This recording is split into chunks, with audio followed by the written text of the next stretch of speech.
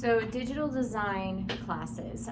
This is kind of like just a little bit of an added instruction for you because your pages are a little bit different than the pages that I'm doing for intro. So like we finished this up, you're doing the same steps. You're just doing it with different size paper that you would also have to use at home if need be. What I have for you is 2 sheets of grid paper or graph paper, and then I also have smaller sheets for your sketchbook. So your sketchbook is obviously going to be, smaller than the one that I showed you. So same concept though, I just wanted to give you the visual. You're going to be folding each of these smaller pages. Again, use your fingers to kind of find the center of the page when you're folding. I'll move these pages out of the way, they're kind of in my way here.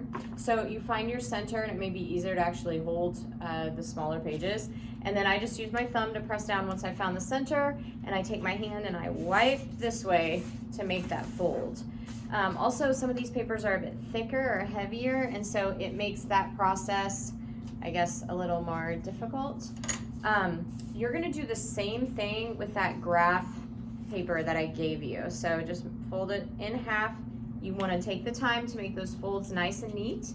You will be putting your graph paper, those couple of sheets that I have given you, you will be putting them toward the middle of your book. Now, it doesn't have to be like in the exact center of the pages, but somewhere in the middle of your sketchbook. That's going to be an added bonus. So the thing to know about these pages is that they are not the same size as your drawing pages that I gave you. Like, take a look right here. You can see how much bigger the white page will be. I still have the folds or the creases on the same side, so that still is super important. And then it's up to you, really. You can align it all the way on a corner if you want to do that. You can try and center it. Again, the goal is to have it sandwiched between the other pages with the fold or the crease on the same side as the other pages. All the folds need to be on the same side. Otherwise, you'll close your sketchbook up, you'll seal it up, completely.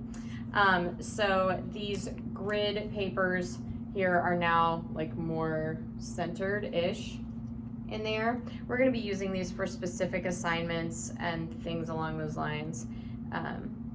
And they should work out pretty well. I thought that was kind of a nice extra to have that in there because sometimes there's going to be times when you need the graph paper and for certain projects. So that's why you have that modification for your lesson. Again, follow all the steps exactly as they are where it says paper. And honestly, if you didn't get those graph papers in the center, I wouldn't be super worried about it. I just think that's probably the best location for them. If you want to put them elsewhere, truly, it's okay with me. Otherwise, follow all the other steps using the binding clips, the glue binding, handling everything else the same, and you will be good to go.